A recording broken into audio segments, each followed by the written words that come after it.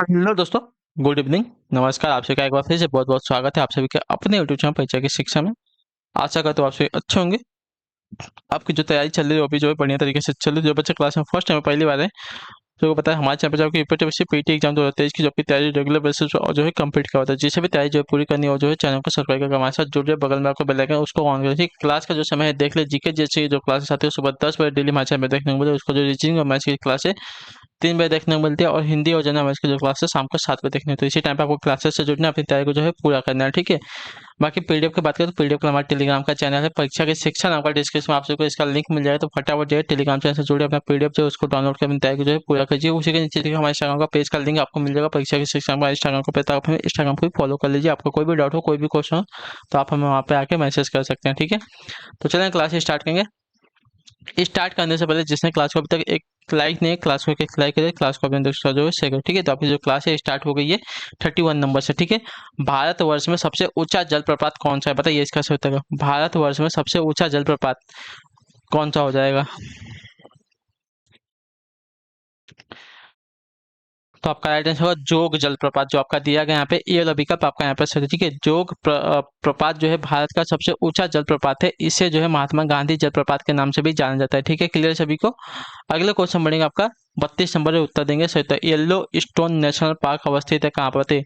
Yellow stone national park कहाँ पर अवस्थित है। तो इसका राइट आंसर क्या हो जाएगा। तो कनाडा में, न्यूजीलैंड में, दक्षिण अफ्रीका में या यूएसए में। तो आपका राइट आंसर होगा यूएसए में। येलो स्टोन नेशनल पार्क जो आपका है यूएसए में स्थित है। जो आपका दिया गया डी वाला विकल्प आपका यहाँ पे सही उत्तर हो जाएगा। ठीक क्लियर है सभी को।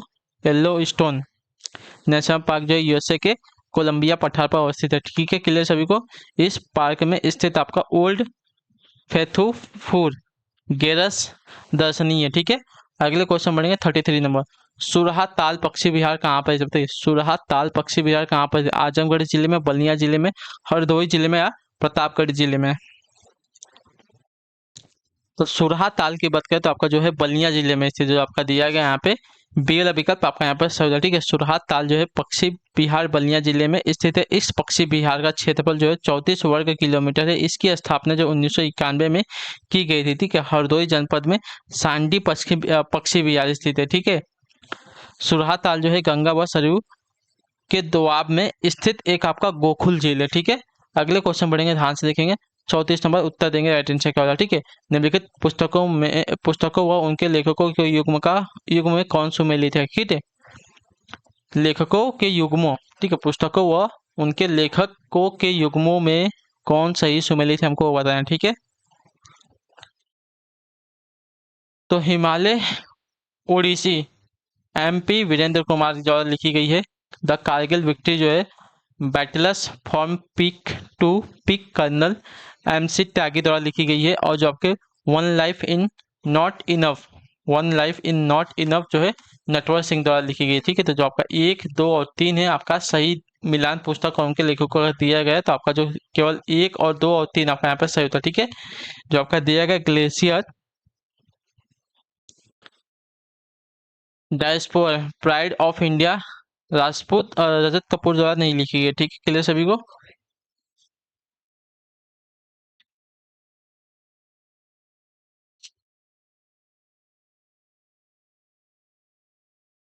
इसके जो लेखक हो जाएंगे साथियों रजत कपूर नहीं बल्कि वेंकैया नायडू हो जाएंगे। ठीक है। वेंकैया नायडू द्वारा लिखी गई है ग्लेशियर डायस्पोर। ठीक है। क्लियर है सभी को। अगले क्वेश्चन बढ़ेगा आपका 35 नंबर। सूची 1 को सूची 2 से सुमेलित कीजिए तथा सूचियों के नीचे दिए गए कूट को उनका सही उत्तर के साथ चयन करें। ठीक है। सूची 1 है सूची 2 है। ठीक है।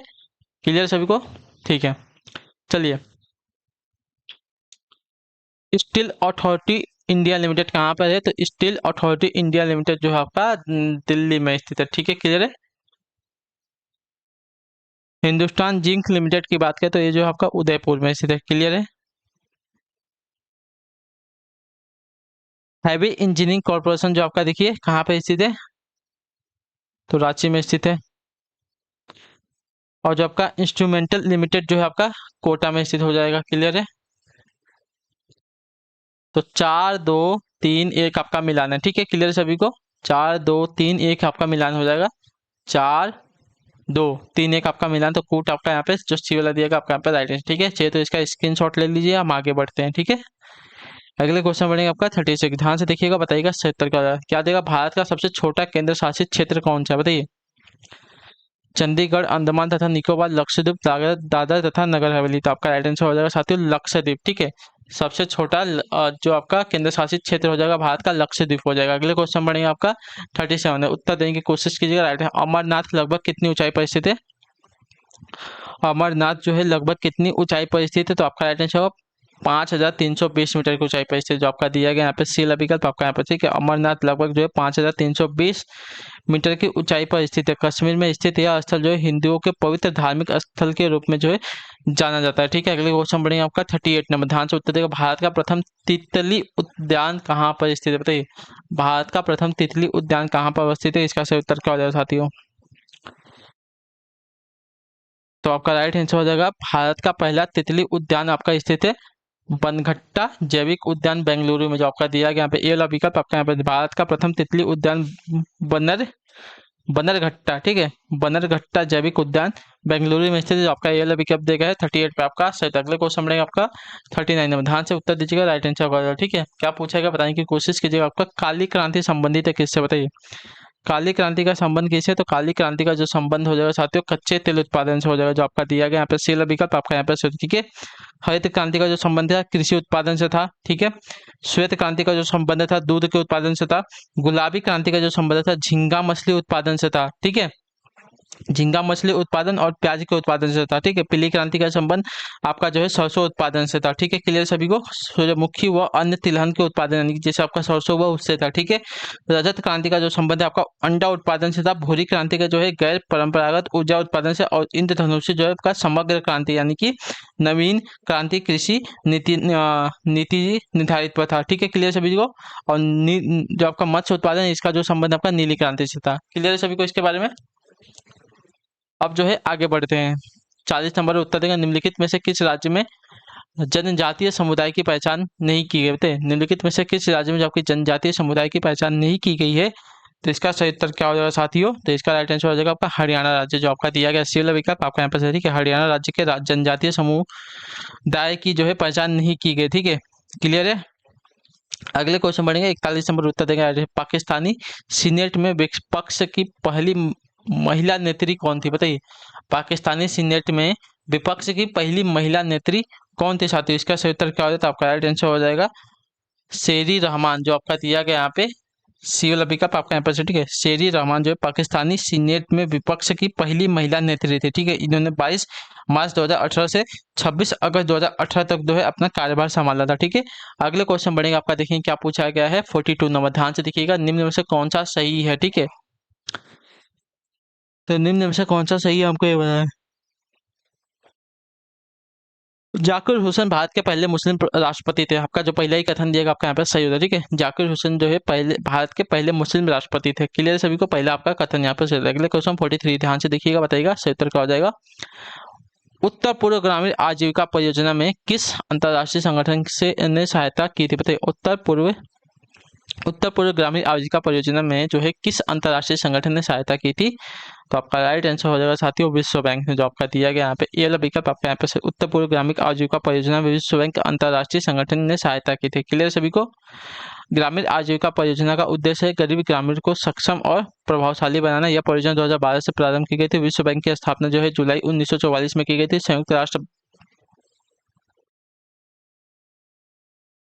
संयुक्त राष्ट्र बाल कोष की स्थापना जो है 15 जुलाई 2014 को की थी, ठीक है। एशियाई विकास बैंक की स्थापना 19 दिसंबर 1966 में की गई थी, ठीक है। अगले क्वेश्चन बढ़ेगा आपका 44 नंबर, उत्तर दीजिएगा। निम्नलिखित में से किस तारीख को जो अंतर्राष्ट्रीय शांति दिवस के रूप में मनाया जाता है, तो अंतर्राष्ट्रीय शांति दिवस के रूप में जो है प्रत्येक, मैंने आपको बताया है 21 सितंबर को, प्रत्येक वर्ष जो 21 सितंबर को मैंने जो आपका दिया गया बी वाला विकल्प आपका यहाँ पे सही उत्तर हो जाएगा। क्लियर सभी को यहाँ तक। अगले क्वेश्चन बढ़ेगा 45 नंबर, उत्तर देंगे राइट आंसर हो जाएगा। रिक्त स्थान को जो है वृषभ चक्र और अश्व युक्त सारनाथ का सिंह चतुर्मुख स्तंभ शीर्ष राष्ट्रीय प्रतीक के रूप में भारत सरकार द्वारा अंगीकृत किया गया था, तो आपका राइट आंसर हो जाएगा साथियों 26 जनवरी 1950 को किया गया था, ठीक है। भारत के राष्ट्रीय प्रतीक को जो है भारत सरकार द्वारा 26 जनवरी 1950 को जो है अपनाया गया था। मूल रूप से इसमें जो है चार से जो चारों दिशाओं की ओर मुंह किए खड़े हैं, ठीक है। इसमें जो है 3 सिंग दिखाई देते हैं, चौथा सिंग जो है छुपा हुआ होता है। इसके नीचे एक गोला आधार है जिस पर एक हाथी, एक दौड़ता हुआ घोड़ा और एक सांड तथा एक सिंह की आकृति बनी हुई, ठीक है। हर पशु के बीच एक धर्म चक्र बना हुआ है। प्रतीक के नीचे सत्यमेव जयते जो देवनागरी लिपि में लिखा गया, जिसे मुंडको उपनिषद से ग्रहण किया गया, ठीक है, जिसका अभिप्राय है सत्य की सदैव जीत होती है। अगले क्वेश्चन बढ़ेंगे 46 में, ध्यान से उत्तर देंगे। भारत और पाकिस्तान के बीच किस वर्ष जो है शिमला समझौता पर हस्ताक्षर किया गया था?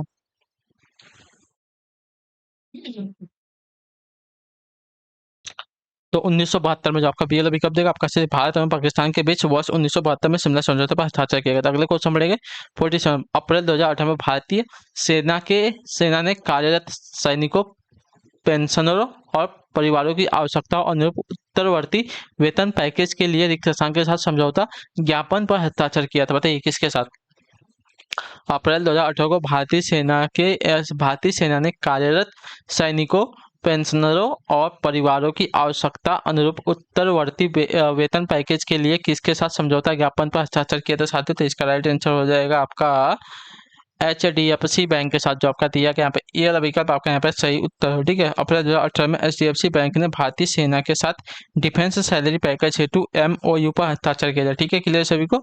अगले क्वेश्चन बढ़ेंगे आपका, देखेंगे 48 नंबर, ध्यान से देखिएगा, बताइएगा। रिक्त स्थान एक संस्था है जो खुफिया ब्यूरो अनुसंधान एवं विश्लेषण स्कंद यानी कि रॉ, सेना, नौ एवं हवाई अनुसूचना के निर्देशालयों से प्राप्त खुफिया जानकारी का विश्लेषण करती है। तो आपको मैंने अभी बताया था ये कौन करती है, तो आपका राइट आंसर हो जाएगा संयुक्त आसूचना समिति, जो आपका दिया गया यहाँ पे सी विकल्प आपका यहाँ पे राइट आंसर, ठीक है। क्लियर सभी को? अगले क्वेश्चन बढ़ेगा 49 नंबर, उत्तर देने की कोशिश करेंगे। अगले 7 वर्षों के लिए निम्नलिखित देशों में से किसके साथ भारत ने अक्टूबर 2016 में अपनी व्यापार संधि को नवीनीकृत कर दिया है साथियों? इसका सही उत्तर क्या होता है? आपका राइट आंसर हो जाएगा नेपाल के साथ, जो आपका सी विकल्प देगा आपका यहाँ पे, ठीक है। भारत ने अगले 7 वर्षों के लिए नेपाल को अक्टूबर 2016 के लिए अपनी व्यापार संधि के लिए नवीनीकृत कर दिया गया है, ठीक है। क्लियर सभी को? अगले क्वेश्चन बढ़ेगा आपका 50 नंबर, ध्यान से उत्तर देगा। भारतीय जनता पार्टी की स्थापना किस वर्ष में की गई थी? बताइए। भारतीय जनता पार्टी की यानी कि बीजेपी की जो स्थापना किस वर्ष में की गई थी? आपका राइट आंसर क्या हो जाता है? तो आपका राइट आंसर हो जाएगा 1980 में, जो आपका दिया गया यहाँ पे डी वाला विकल्प आपका यहाँ पे सही उत्तर, ठीक है। क्लियर सभी को इसके बारे में? अगले क्वेश्चन बढ़ेंगे, ध्यान से देखेंगे, आपका बताएंगे 76 नंबर है, उत्तर देंगे सही उत्तर क्या हो जाएगा, ठीक है। ध्यान से देखिएगा, बताइएगा सही उत्तर क्या हो जाएगा।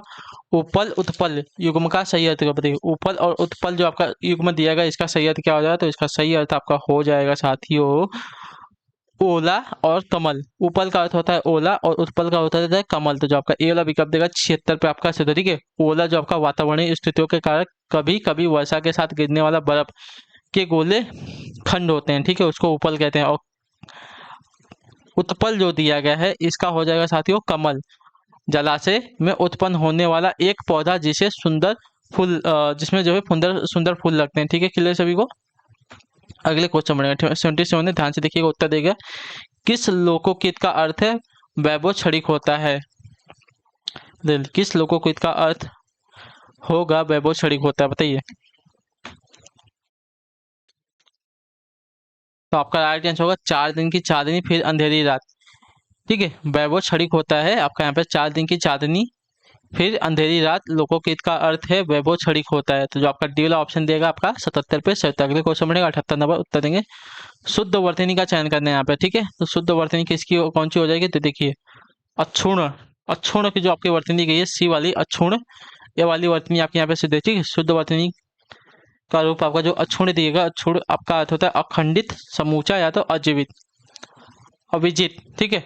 अक्षुण जो इसका अर्थ हो जाएगा अक्षुण का अविजित हो जाएगा। क्लियर सभी को? अगले क्वेश्चन बढ़ेंगे 79 नंबर, वाक्य को पढ़कर उस खंड का चयन करें जो व्याकरण अथवा शब्द ज्ञान के नियमों के अनुसार त्रुटिपूर्ण हो। यदि सभी खंड जो है त्रुटि रहित हो तो कोई त्रुटि नहीं है को जो है उत्तर के रूप में चिन्हित करना है, ठीक है। चलिए, तो दिया गया यह एकदम असंभव सा प्रतीत होता है कि सामने शिकार देखकर भी शेर चिंघाड़ना शुरू न करे। तो चिंघाड़ना नहीं होता है आपका, दहाड़ना होता है। तो जो आपका दिया गया सी वाला यहाँ पे आपका इसमें त्रुटि हो जाएगा, ठीक है।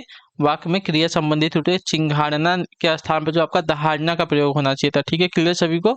अगले क्वेश्चन पढ़ेंगे 80 नंबर, ध्यान से। कमल का सिपाही इसका लेखक कौन है? बताइए। तो कमल का सिपाही इसके लेखक आपके अमृत राय हो जाएंगे, जो आपका दिया गया यहाँ पे बी वाला विकल्प आपका यहाँ पे सही होता है। ठीक है, क्लियर सभी को। तो इसकी इसी के साथ जो आपकी क्लास है आज की यहीं पे कंप्लीट होती है। आई होप कि आपको जो क्लासेस साथियों अच्छी लगी है। अच्छी लगी क्लास को लाइक करें, चैनल पहली बात है चैनल को जो सब्सक्राइब और हमें कमेंट करके जरूर बताइएगा आपको जो क्लास है साथियों कैसी लगी। क्लास अच्छी लगी क्लास को लाइक करके जाइएगा, ठीक है। और हमें कमेंट करके बताइएगा आपको जो क्लास है साथियों कैसी लगी, ठीक है। तो हम आपसे मिलते हैं आपकी अगली क्लास में, तब तक के लिए टाटा बाय बाय, जय हिंद जय भारत। आप सभी का जो है क्लास से जुड़ने के लिए बहुत बहुत ही धन्यवाद साथियों।